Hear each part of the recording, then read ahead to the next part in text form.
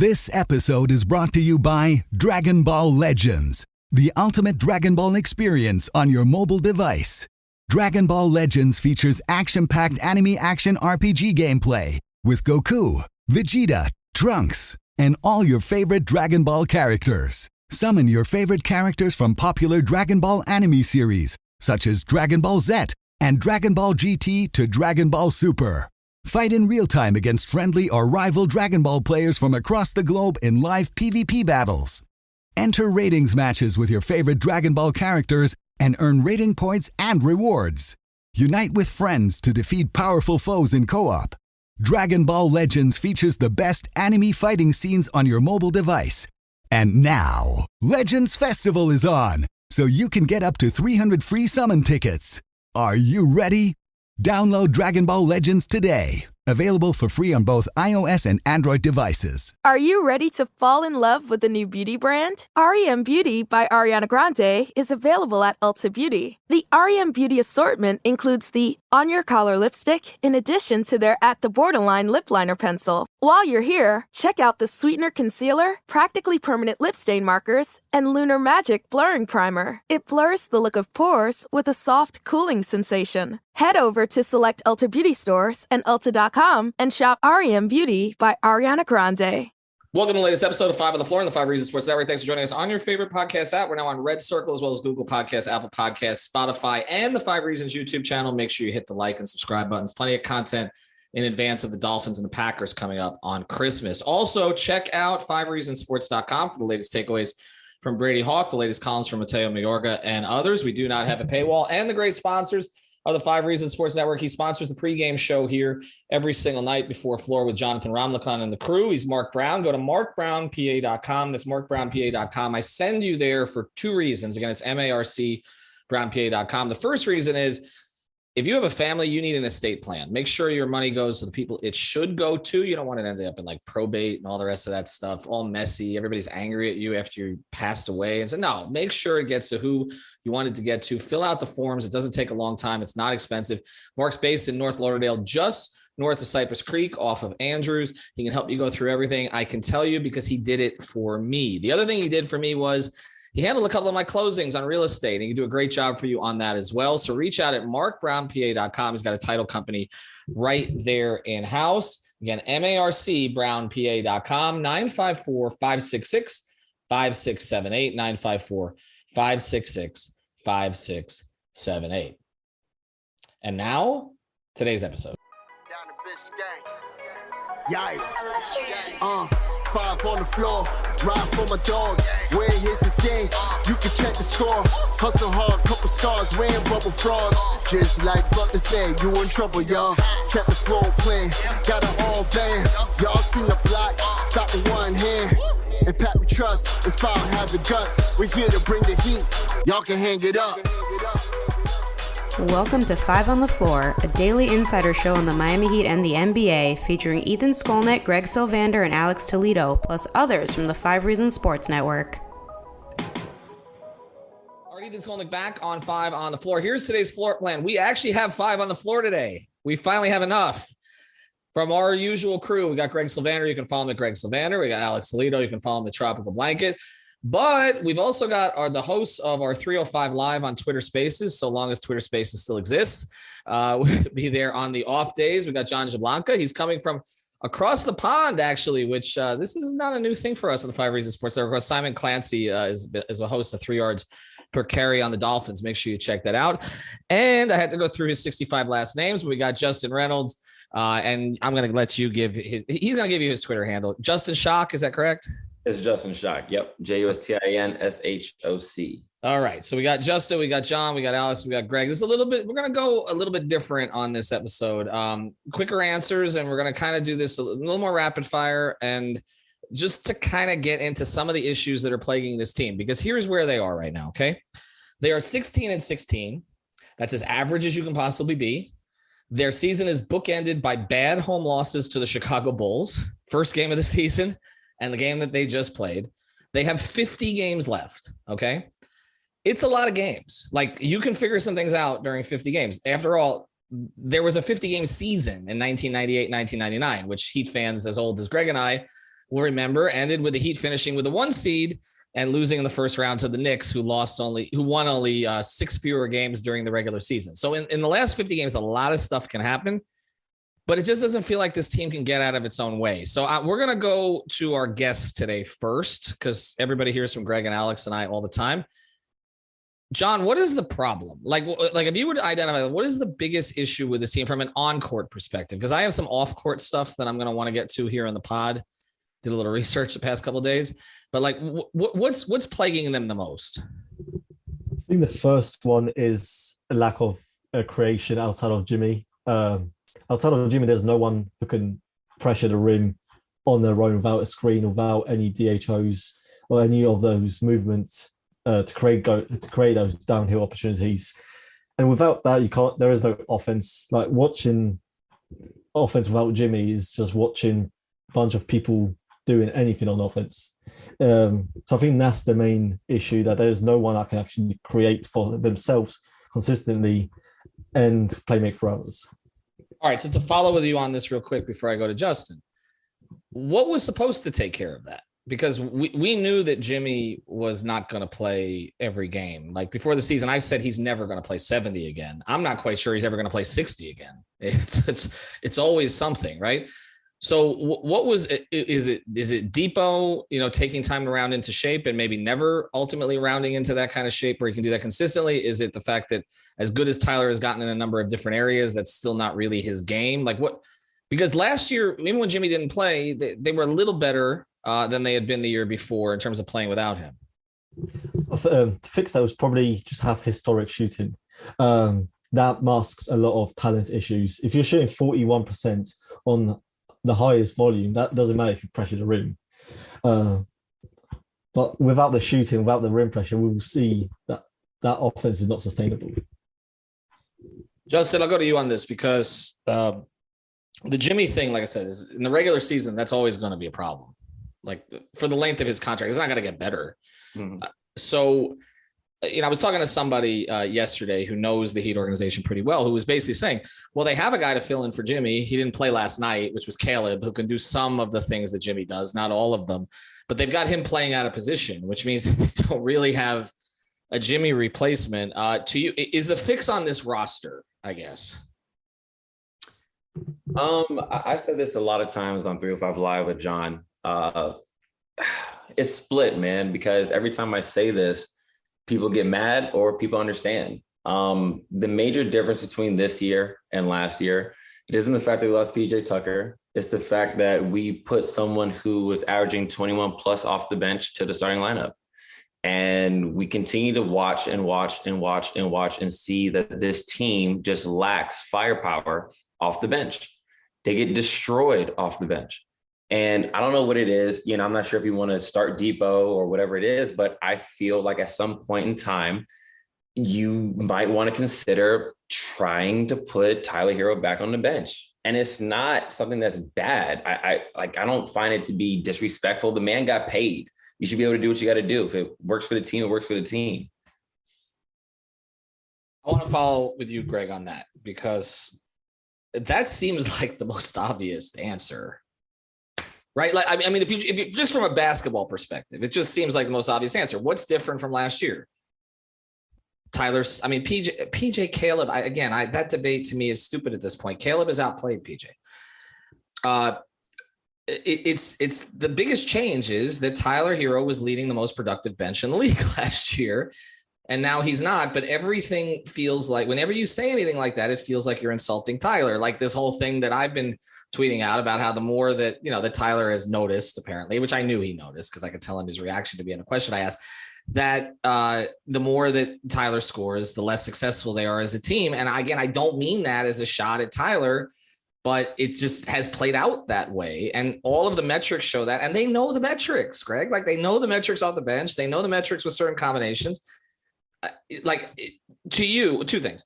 Would it just feel like rearranging deck chairs on the Titanic if essentially you move Tyler back to the bench? And second, can you, from an optics perspective, even look at that? Because it's going to look to the outside world that they're blaming Tyler, even if they're not, even if we're not. That's risky. I think that especially as young as Tyler is, it's a risky proposition to, and I know that, I guess, if any organization was going to throw outside perception to the wind, it would be the Miami Heat.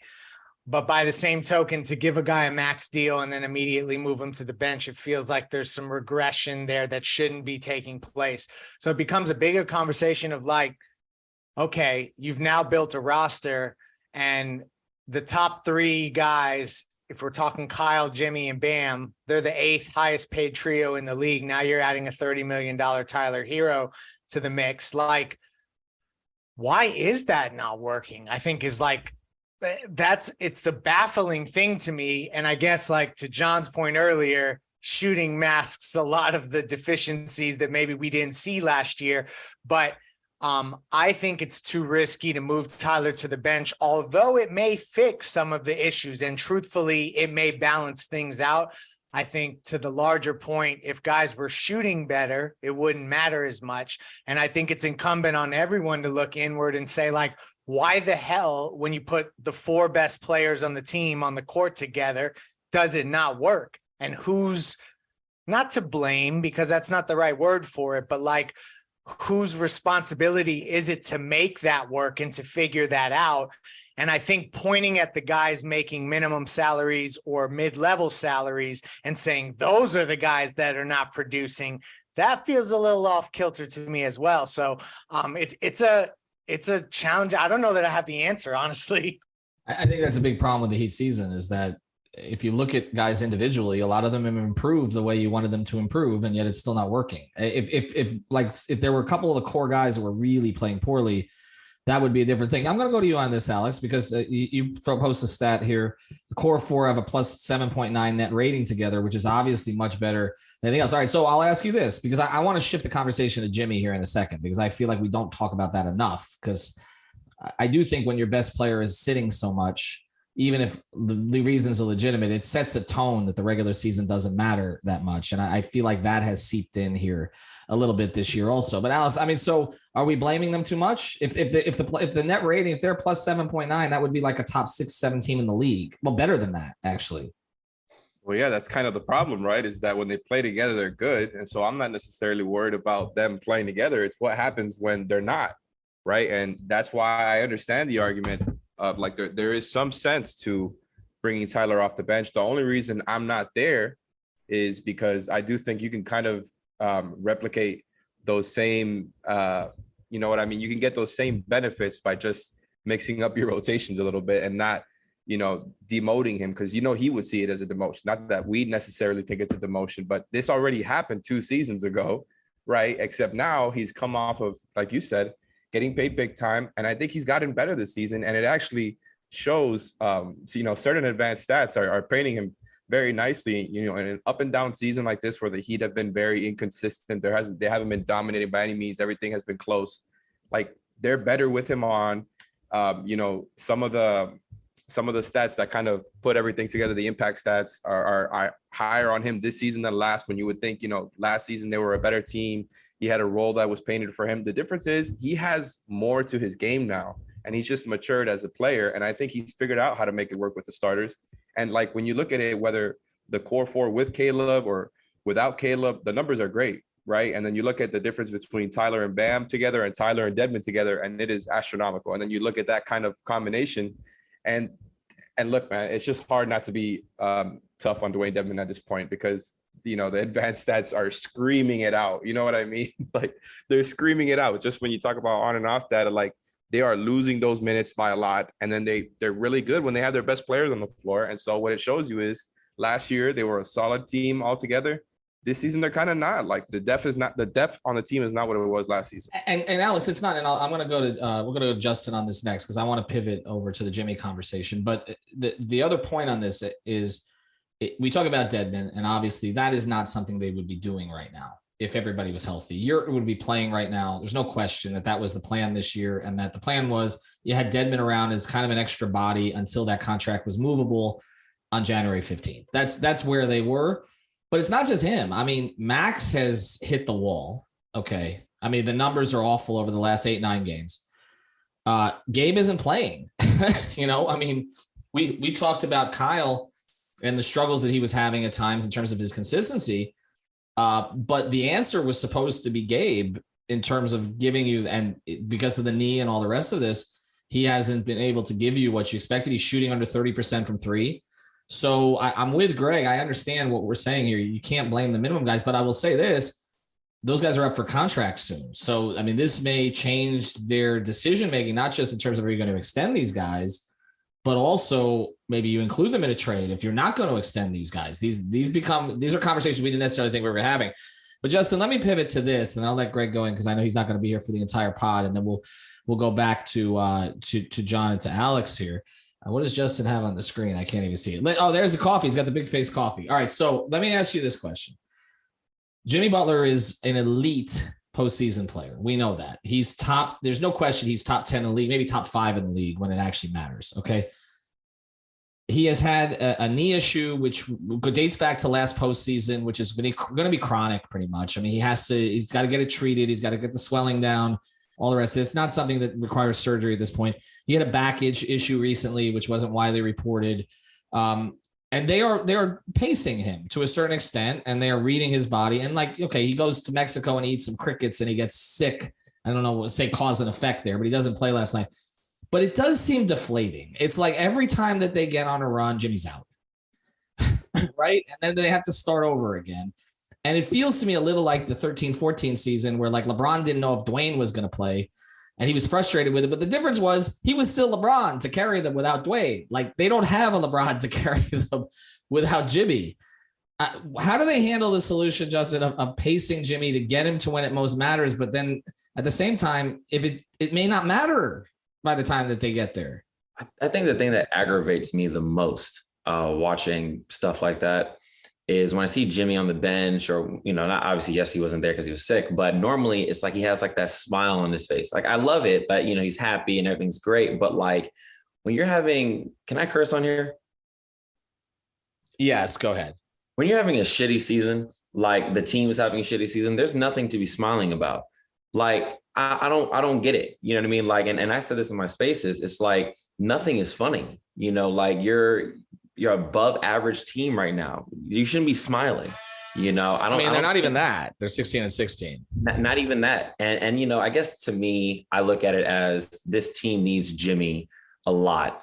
And the fact that we are relying and we need Jimmy to speed up processes of being healthy this early into the season is very alarming. I mean, Greg, to that end, it's a delicate dance, right? Like, I mean, you've given Jimmy everything he wanted, right? He got the deserved. I mean, you and I are going to say that from the very start. All deserved, okay? None of this is undeserved by him. Got the max, the complete max. Got his guy to play point guard, okay?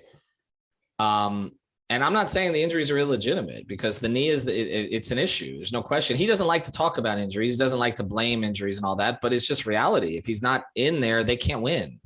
So how do you push him more, or are you still pulling back and hoping it comes forward in the playoffs? Ultimately, and not everyone loves this reality. When you have a top 5, top 7 playoff performer, a guy who in a big game you're going to bet is going to show up on both ends, to leave open roster spots and avoid luxury tax when you have a player like that. Like, there's ultimately, like, you got to face the music about that. And like, it shouldn't be a situation where you need Jimmy to overexert himself on December 21st or December 20th, I guess, yesterday when the team actually played, although I know he was out. Like, that's where we're at. Like, if you're going to be essentially frugal when you have a player that can actually take you to a championship, then there's consequences to that, decision making. I'm going to go to John on this. Okay, so we say frugal, right? I didn't see Carnival earnings today, so I don't know how this plays into it. I'll have to take a look. That's so where you just said. I was just about to ask, what was it? I'm going to see. I'm going to check CCL, although I don't want to because I will admit it's in my portfolio. John, I'll ask you this, John, on related to that. We say being frugal, but then the counter to this would be we maxed Jimmy, we maxed Bam, We essentially maxed Tyler. We went out and spent 3 years on Kyle Lowry when we wouldn't have otherwise maybe done that, particularly at that price. We weren't frugal with our big four. So why are we complaining? This is the counter. Why are we complaining about the 14th or 15th roster spot? Is that fair? Yeah, I think it is. I don't want to slander or criticize Bam and Herro and Kyle. Well, there's a big drop off when Butler sits. Because Bam's a different type of player. He's not the guy that can run an offense, carry an offense. When you see other guys top the second and third best player, they somewhat can do that. But then Bam can't do that. Herro is still not there. Kyle's declining, so you don't really have a guy that can be your second guy on offense to replace Jimmy. Because I don't have a problem with Jimmy sitting out. I think that's the usual thing with those aging stars. I was looking at like Curry and LeBron. They all play the same amount of games as Jimmy. So that's not a Jimmy only type problem.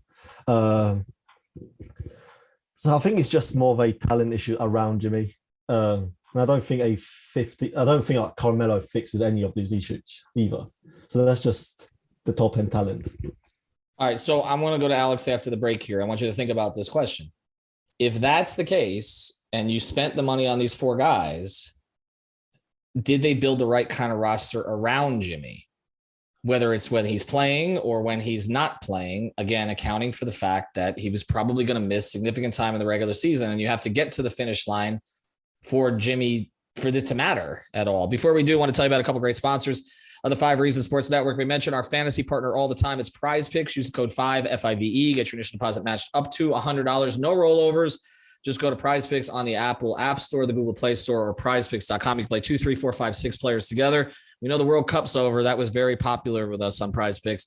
But you still got MMA, and of course, you still got NBA, NHL, and NFL. We'll be doing a bunch of college football stuff as well. So go to Prize Picks. Use that code 5 FIVE. And our betting partner is Better Edge. That's with an O in it, betteredge.com. For that one, use the code 5RSN. That's the number 5RSN. Get $20 to play. This is peer-to-peer betting. You are betting against other people, whether it's your friends or people who are going to become your friends when you take their money. You're not betting against the book. So go to betteredge.com. Best part of both Better Edge and Prize Picks is they're legal in the state of Florida and many other states. So no like offshore stuff where you're getting like a package from Costa Rica 6 weeks later. You are actually going to get your money. Prize Picks, Better Edge. Prize Picks, the code is 5. Better Edge, the code is 5RSN. This episode is brought to you by Dragon Ball Legends, the ultimate Dragon Ball experience on your mobile device. Dragon Ball Legends features action-packed anime action RPG gameplay with Goku, Vegeta, Trunks, and all your favorite Dragon Ball characters. Summon your favorite characters from popular Dragon Ball anime series, such as Dragon Ball Z and Dragon Ball GT to Dragon Ball Super. Fight in real time against friendly or rival Dragon Ball players from across the globe in live PvP battles. Enter ratings matches with your favorite Dragon Ball characters and earn rating points and rewards. Unite with friends to defeat powerful foes in co-op. Dragon Ball Legends features the best anime fighting scenes on your mobile device. And now, Legends Festival is on, so you can get up to 300 free summon tickets. Are you ready? Download Dragon Ball Legends today. Available for free on both iOS and Android devices. Hey, Becky, what about this beat for your next song? It's cool, but I'm into faster stuff lately. Like Xfinity that gives me beyond gig speeds. Got it. What about this then? It sounds powerful, just like Xfinity. Because its supersonic Wi-Fi has 3 times the bandwidth, you can connect hundreds of devices at once. That's what I call power. Unbeatable internet from Xfinity. Made to do anything so you can do anything. Restrictions apply. Actual speeds vary, not guaranteed. Requires compatible Xfinity gateway. Limited quantities available. Happy holidays, it's Kevin Hart. You know, with Chase Freedom Unlimited, you can cash back on all your wrapping paper and earn 3% at drugstores. It's like a holiday sweater for your presents. How do you cash back? Learn more at chasefreedom.com. Restrictions and limitations apply. Cards are issued by JPMorgan Chase Bank and a member FDIC. All right, Alex, to you on that. I mean, is this the roster you would have built around, again, Jimmy Butler, tremendous two-way player, terrific in the playoffs, not an elite shooter, as we know, but does everything else for you and actually has shot the ball at a pretty high level this year in comparison to the last couple of years, but is going to miss some time. but you don't have a second guy to really carry the offense. Although I guess that could be Tyler. I mean, it is Tyler, but then we sort of talk about, again, I know people accuse us of shifting blame to Tyler, which I don't think is what we're really doing here.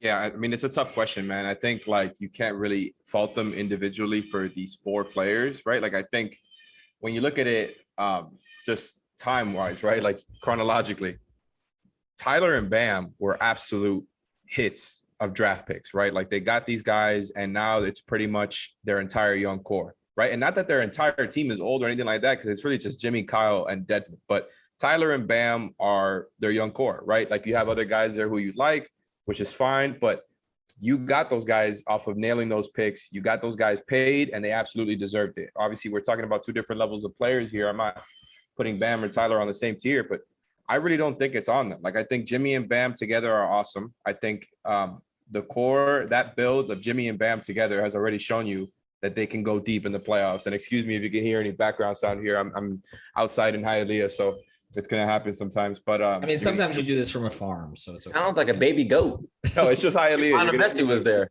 Yeah, it's Tyler in the background.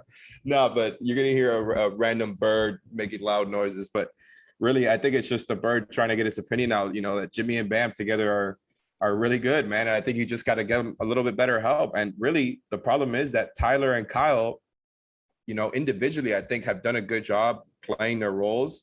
And like I said, when all of these guys play together, they're good. The problem is, though, the difference is that when you kind of stagger all these guys, it's not as easy as, okay, we had Tyler and Kyle out there.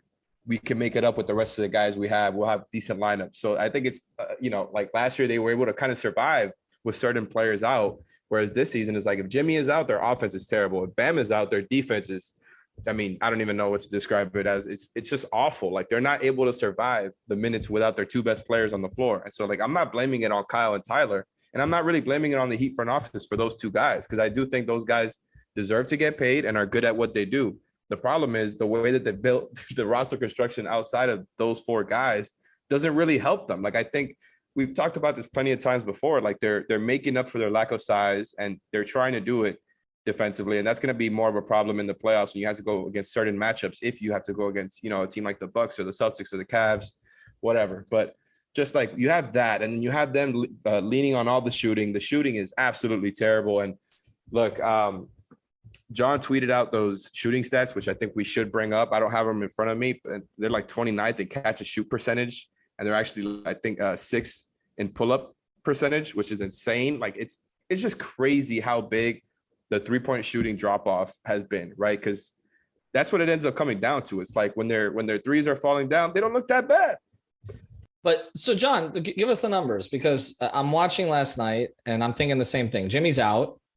It's this deflating thing you find out. Again, stomach virus is a stomach virus, right? I mean, you get a stomach bug, it happens. Okay. But as soon as that happened, I'm like, they're losing tonight. They're playing a desperate Chicago team, that's being criticized in the media. Billy Donovan got grilled for basically 15, 20 minutes before the game about the Zach LaVine stuff and all that. And, but when Jimmy wasn't playing, I'm like, okay, if they don't make 15 to 18 threes tonight, they've got no chance.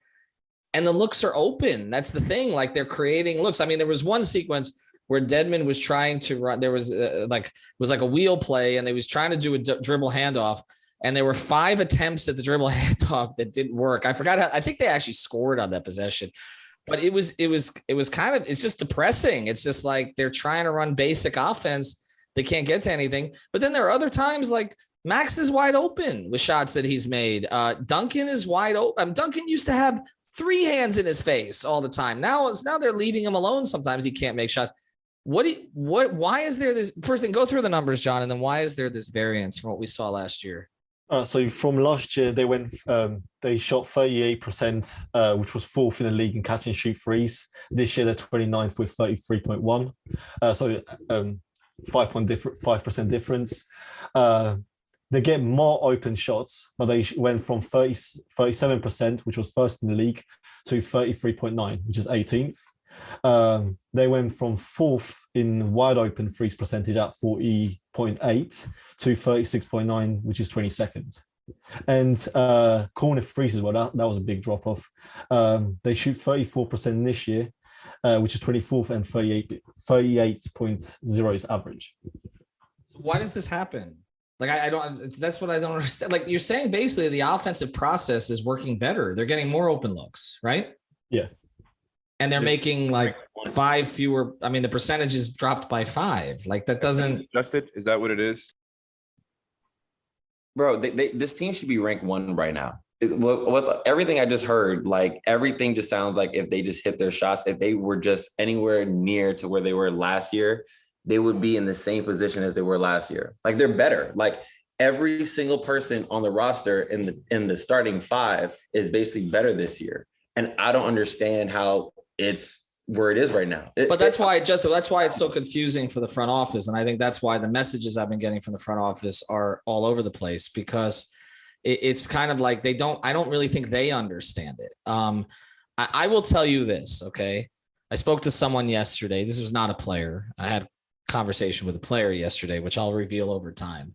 But I spoke to someone who's not a player yesterday who told me that Pat Riley was at a season ticket holder event and basically said every game this year has been excruciating.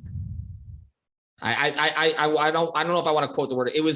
I believe the word was excruciating, but again, it's secondhand. Okay.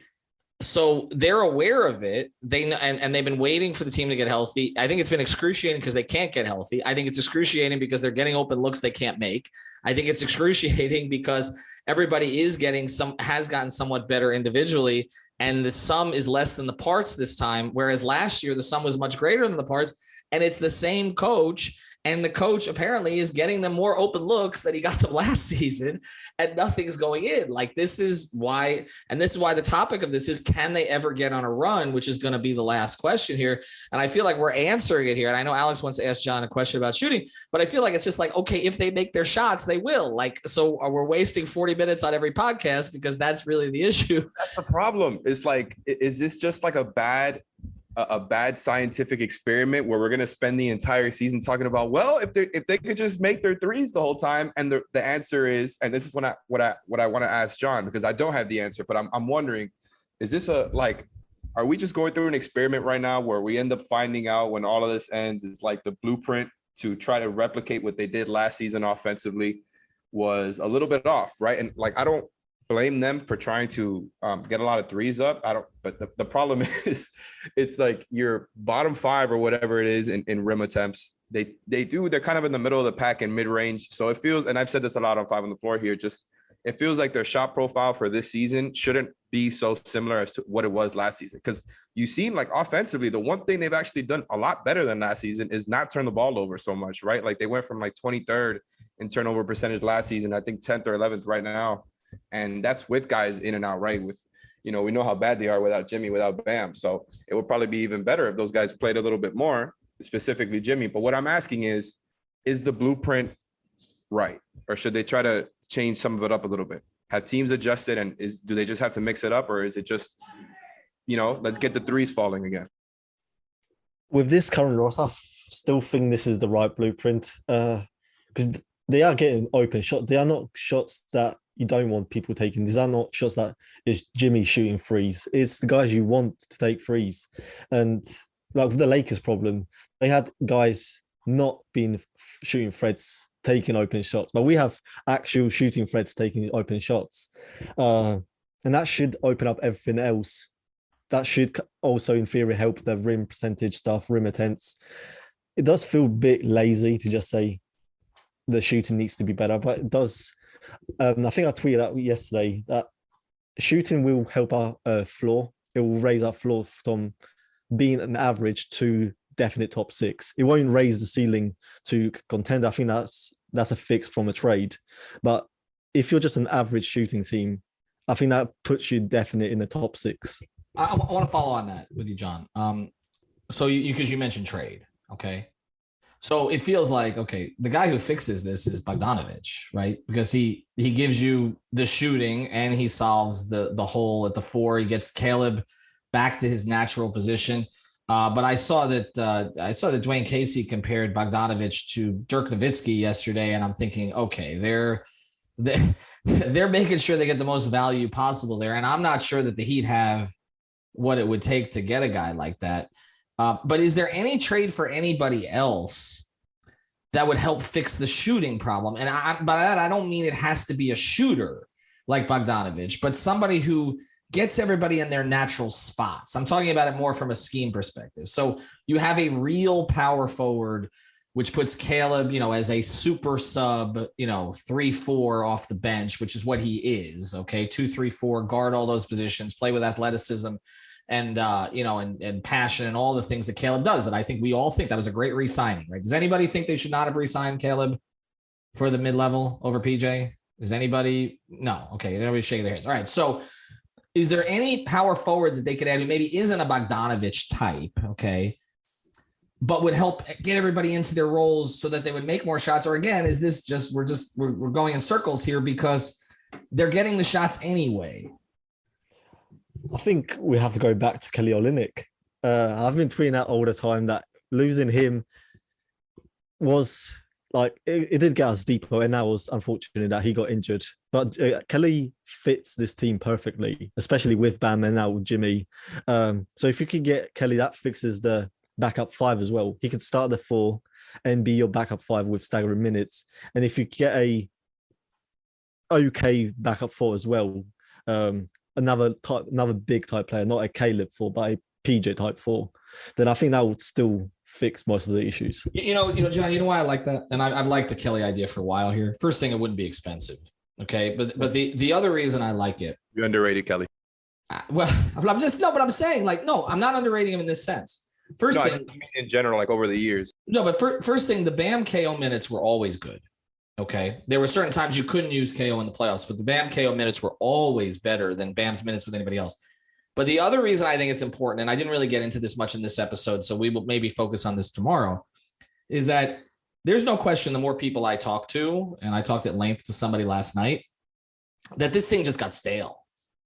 That it got, and I don't mean that for the running it back, like in terms of personnel and the players. I'm talking about personalities. It just got stale. Like they are kind of, they came back thinking things would be the same just because they had the same roster, and it's not always that way. And this is exactly what happened after the bubble, as someone told me last night, and we'll get into more of this over the next 24 hours.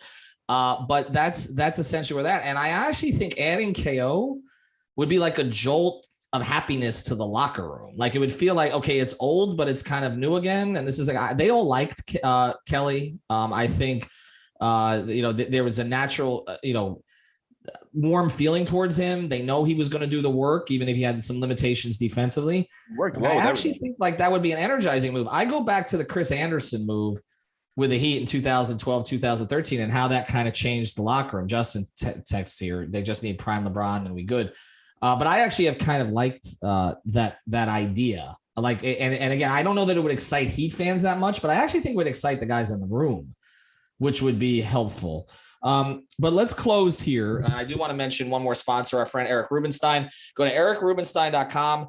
If you have a personal injury situation of any kind, a slip and fall, a traffic accident, anything like that, medical malpractice especially, reach out to him. He graduated magna cum laude from St. Thomas University right here in South Florida. He's a huge Miami Heat fan. Every game I see him walking down the steps pregame, hanging out with people, hanging out with players. He is a Miami guy. You can find him at Ask About Me. I got you, but he's also really good at getting you your money. And that's the most important thing here. EricRubenstein.com. Get what you deserve. Again, check him out on Instagram as well at Ask About Me. I got you. So let me ask the general question here as we close. Other than just shoot better, since I think that's what we've all come to, what is it going to take, Justin, for them to get on a run? Put the baby goat on the bench. That's there's nothing else I can say, man. Like, because obviously, trades, whatever, but just now and just thinking about what they can do to salvage the season and then wait until. Let me ask you this: who do you start? I mean, that's the other thing, because like the obvious answer like a month ago would have been, well, just start Max. It worked last year, but if he's going 1 of 8 from 3 every game, like that's problematic. Max numbers are good with the starters too, by the way. Yeah. I don't mind Victor. I understand that people are like, they're like, oh, that's just gonna be dreadful to watch. But defensively wise, I don't mind it. You know what I mean? Like they could sort of play like a PJ Tucker type role just defensively and just be like, hey, look, we don't need that much offense right now. We just need to play some defense and that's it. But I don't know. I was talking to somebody watching Victory yesterday because I wasn't sitting with Alex and Brady yesterday. So I was sitting with somebody who I'm not going to say on air because you're not really supposed to talk about these things out of school. But I'll just say somebody very smart who follows the team regularly. Okay. And he was watching Vic and he said to me, he can get to a certain point, but he doesn't know what to do. He doesn't trust his body once he gets there. You know, and so Alex, I think that's the thing is like he can do certain things he used to do, but it's like finishing the play. It's not, he's not, you know, maybe his body isn't there. Maybe he doesn't trust it. Maybe he's just got to relearn all that behavior because I mean, he hasn't really been in that role in 2 or 3 years. But it's fine that we talk about, okay, we need rim pressure. But if you're not actually getting to the rim to finish, it only helps you so much if all you're really doing is spraying it out to a shooter, right? So I feel like if he was finishing, then I would say, yes, add that rim pressure to the starting lineup, see how that works. Give Tyler 35 minutes off the bench. Okay, let him cook, all the rest of that. But I don't know that Vic's ever going to get his body back where that's what I keep saying. It's like he's done a tremendous job with it, but there just may be a ceiling to it.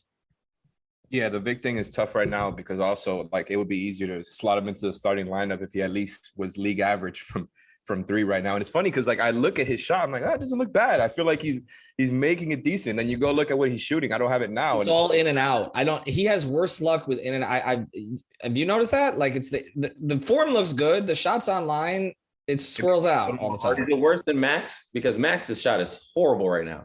No, but at least the Max thing is funny enough, because when you just look at Max, like they're better without him just by himself, right? But when you actually throw him into the lineup instead of Tyler, those numbers are still really, really good. So it shows that he can still fit in with those guys. Not that I'm all the way in on it, but I do kind of see the sense here because it's like you have to figure out these rotations somehow. And I thought they were making some good progress to that when all 4 of them are playing. You got to see more of that. But the problem is like, you could throw Tyler back on the bench, but that means you're going to end up playing him with Dedmon again. And just, their 2-man combination is like -17. And it's not Tyler's fault. It's just the bench problem is so bad right now. Like they got to give those guys a little bit, I think it ends up just coming down to try to acquire 1 or 2 more guys that you just trust, right? And I think part of that is making a decision early about whether or not you want to pay Gabe and Max.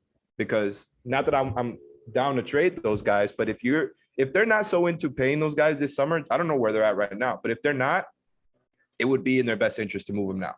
And so I think it comes down to that. It comes down to trying to plug in your holes via trade. But like the rim pressure stuff, it was never going to be fixed by just Victor Oladipo by himself coming off an injury.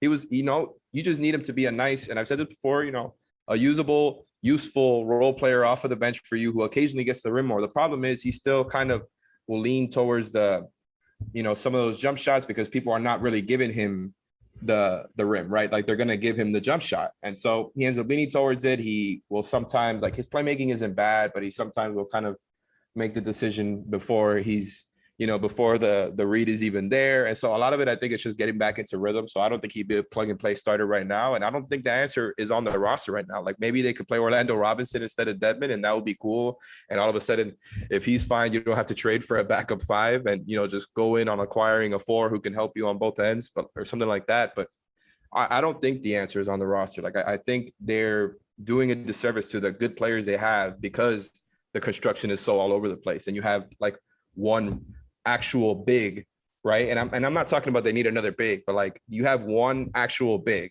with Bam who is very, very good, and there are other very, very bad, and then you have other guys trying to play up who are not really 4s. What I think is interesting, I'm gonna let John close here. What I think is interesting about this is that we talk about the criticisms of Bam and Tyler for whatever the fans want from them, right? Or what lineups Tyler fits into, or, Bam not being aggressive, which has corrected itself this year. Obviously, he's been much more aggressive. But it almost feels like, in a way, that they've talked about Bam and Tyler kind of being the bearers, toward the torch bearers to the future. But it also feels like they underrated both of them in a way. And this goes back to Justin's point, which is that it almost feels like they thought, okay, we can get Victor to do what Tyler did off the bench last year. And I think there was a significant underestimation of exactly what Tyler did off the bench last year, which was like 75% of the time when he played, he dominated offensively with that group when he came off the bench. And this is, again, why I don't think that it's a criticism of Tyler to say they'd be better off with the bench. And at the same time, I understand why he's like, I'm not even in my prime yet. I'm a 20-point scorer. None of the other 20-point scorers around the league who play with some efficiency, which he does, are coming off the bench. Why the hell should I come off them? I mean, Jordan Poole was, I guess. Jordan Poole's not as efficient as Tyler. But Poole was until, at times this year, obviously, until Curry got hurt. But I understand his perspective on it. But at the same time, it's almost like they thought, okay, we can just get Vic. Maybe it'll be done a little differently. We can get Vic to be as impactful off the bench as Tyler was, and that just wasn't going to happen, health or no health. He's not the same player that Tyler is at this stage, and so he can't carry a group when others were declining. And not only that, like, we haven't talked about the Vincent thing enough. That's been a big deal. Like, he was a very important, very good player for them last year. He hasn't gotten any kind of rhythm this season, defensively or offensively, because he's been out so much and because the rotations have been all over the place. So you haven't gotten out of him what you got out of him before. And then more has been put on Max's plate because less is on Duncan's plate, and that hasn't worked very well. But the other thing on Bam is this. Nobody's expecting Dwayne Dedmon to play at a Bam level, but you're not expecting to have arguably, a top 3 player in the league at the position and go to a bottom 3 player in the league at the position. You can't, I mean, if they had a Naz Reid coming off the bench right now, this might solve everything. To be honest, they wouldn't even need a starting power forward. So John, I'll go to you on this, like, other than the shooting, and I'll let you close, and you guys should follow 305 Live on the off days here on Twitter Spaces. Follow Justin Reynolds and John Jablonka here, and obviously follow their work on Twitter as well. John, so what is it? If it's not just shooting, if it's not putting Tyler on the bench, which, as maybe the best thing for the team, even if it's not something that's deserved, how do they get on a run? I think there needs to be some scheme or rotational change. They need Duncan, not specifically Duncan as a player, but what he brings. Because I think that's the problem with why the offense wasn't that good with Herro starting, because he replaced a whole different type of player from the last 3 years. The last 3 years, Bam and Jimmy had a guy that just keeps running around the free, going for those DHOs. Tyler doesn't do that.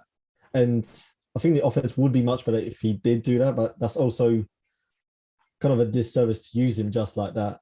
But the offense would fit much better with him taking on more of a Duncan role, especially with Jimmy and Bam. So I think they need to kind of change how they use Herro with the starters, and then just let him do whatever he wants, as he did last year with the bench. Because I think it was against the Spurs when they just used Duncan all the time in the fourth, and he didn't get up the shots, but that's still got that ball movement, got everyone else, the defensive in rotations, and got open looks. That's what they've been doing for the past 3 years, and they just went completely away from the DHOs. That's a great point, and I think that gets back, as we close here, it gets back to the problem with this team right now, which is that every solution comes with a problem. It's like, because you're like, play Duncan more. I'm with you on that, but then you're giving up stuff on the other end of the court. And, at times, and then if he's not shooting the ball well, some of this kind of doesn't work for you either. All of their solutions have a problem. So they may need to introduce some other solutions from outside the roster. And I think a shakeup at this point, and I'm not talking about dramatic shakeup, but adding a piece or two, even if it's an old friend like a Kelly Olynyk, I think it would do wonders for that room. I just think it would show the team they were trying to compete. And you know what? If you want to compete, you may have to pay the tax. It's just the way that it's just the modern NBA at this point. We want to thank John and Justin for joining us. I will say, John, I see the winter coat in the background there. So we know you're not in South Florida. So that's how this plays out here. But follow Justin and John on 305 Live. Thanks to Greg. Thanks to Alex. I'll be back with another episode tomorrow. And of course, thanks to our sponsors, Prize Picks, Better Edge, Eric Rubenstein, and MarkBrownPA.com. Thank you for listening to the Five on the Floor on the Five Regional Sports Network.